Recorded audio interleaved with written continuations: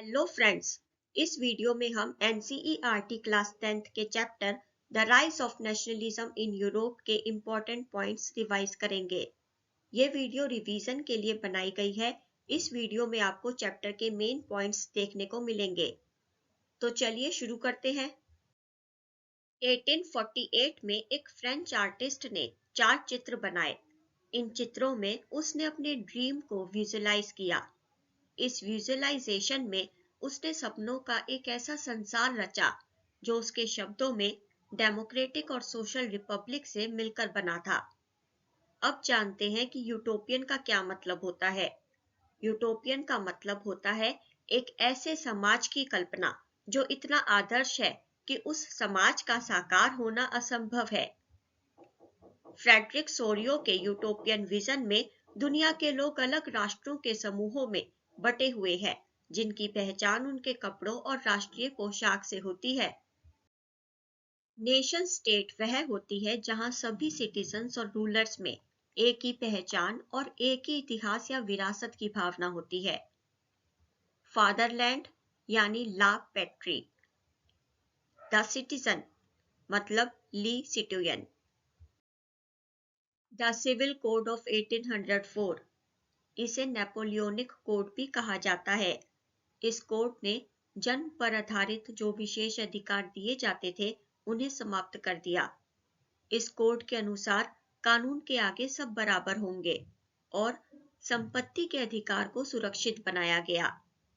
Liberalism, liberalism शब्द Latin भाषा की रूट लिबर पर आधारित है, जिसका अर्थ है आजाद या आजादी। सफ्रेज, सफ्रेज का मतलब होता है द राइट टू वोट यानी वोट देने का अधिकार। In the economic sphere, liberalism stood for the freedom of markets and the abolition of state-imposed restrictions on the movement of goods and capital. आर्थिक क्षेत्र में लिबरलिज्म का मतलब होता है मार्केट्स की आजादी और चीजों और पूंजी के मूवमेंट पर राज्य द्वारा जो रिस्ट्रिक्शंस लगाए जाते हैं उन्हें खत्म करना। Unit of measurement for cloth, cloth measurement के यूनिट को एली कहा जाता था। 1834 में रशिया की पहल पर एक कस्टम यूनियन ज़ोल्वेरीन स्थापित किया गया, जिसमें अधिकांश जर्मन स्टेट्स शामिल हो गए। इस यूनियन ने टैरिफ बैरियर्स को समाप्त कर दिया और करेंसीज की संख्या 2 कर दी, जो पहले 30 से ऊपर थी। कंजर्वेटिज्म, कंजर्वेटिज्म यानी रूढ़िवाद। कंजर्वेटिज्म का मतलब होता है ऐसा राजनीतिक दर्शन जो परंपरा, स्थापित संस्थानों और रिवाजों पर जोर देता है। कंजर्वेटिस्ट नहीं चाहते थे कि बदलाव तेजी से हो, ये धीरे धीरे होने वाले विकास को प्राथमिकता देते थे। 1815 में ब्रिटेन, रूस, रशिया और ऑस्ट्रिया जैसी यूरोपीय शक्तियों के प्रतिनिधि यूरोप के लिए एक समझौता तैयार करने के लिए वियना में मिले। इन्हीं शक्तियों ने मिलकर नेपोलियन को हराया था। इस सम्मेलन की मेजबानी ऑस्ट्रिया के चांसलर ड्यूक मेटरनिच ने की। इसमें प्रतिनिधियों ने 1815 की ट्रीटी ऑफ वियना तैयार की।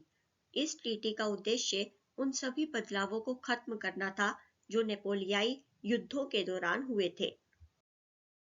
गुजिपी मजीनी एक इटालियन रेवोल्यूशनरी था। उसका जन्म 1807 में जिनेवा में हुआ था। मजीनी कार्बोनारी की सीक्रेट सोसाइटी का मेंबर था। उसने 2 और अंडरग्राउंड सोसाइटीज की स्थापना की, पहली यंग इटली मार्सलीज में और दूसरी यंग यूरोप बर्न में। मैटरनिच ने उसे डिस्क्राइब करते हुए कहा कि गुजिपी मजीनी हमारी सामाजिक व्यवस्था का सबसे खतरनाक दुश्मन है। पहला विद्रोह फ्रांस में जुलाई 1830 में हुआ था। बर्बन किंग्स, जिन्हें 1815 के बाद हुई रूढ़िवादी प्रतिक्रिया के दौरान सत्ता में बहाल किया गया था, उन्हें अब लिबरल रेवोल्यूशनरीज ने उखाड़ फेंका। उनकी जगह एक कॉन्स्टिट्यूशनल मोनार्की स्थापित की गई, जिसका हेड लुइस फिलिप था। मेटरनिच ने एक बार ये कहा था कि जब फ्रांस छींकता है तो बाकी यूरोप को सर्दी जुकाम हो जाता है। 1832 की कॉन्स्टेंटिनोपल की ट्रीटी ने ग्रीस को एक इंडिपेंडेंट नेशन बना दिया। रोमांटिसिज्म। रोमांटिसिज्म एक कल्चरल मूवमेंट था जो एक खास तरह की राष्ट्रीय भावना का विकास करना चाहता था। German philosopher Johann Gottfried Herder ने यह दावा किया कि सच्ची जर्मन संस्कृति उसके आम लोगों में थी। आम लोग यानी कॉमन पीपल को दास वॉल्क कहते थे। True spirit of the nation यानी राष्ट्र की सच्ची आत्मा लोकगीतों, जनकाव्य और लोक नृत्यों से प्रकट होती थी। True spirit of the nation को वॉल्क गीस्ट कहते थे। अगर आपको वीडियो अच्छी लगी हो तो वीडियो को लाइक करें और शेयर करें। अपने विचार कमेंट करके बताएं।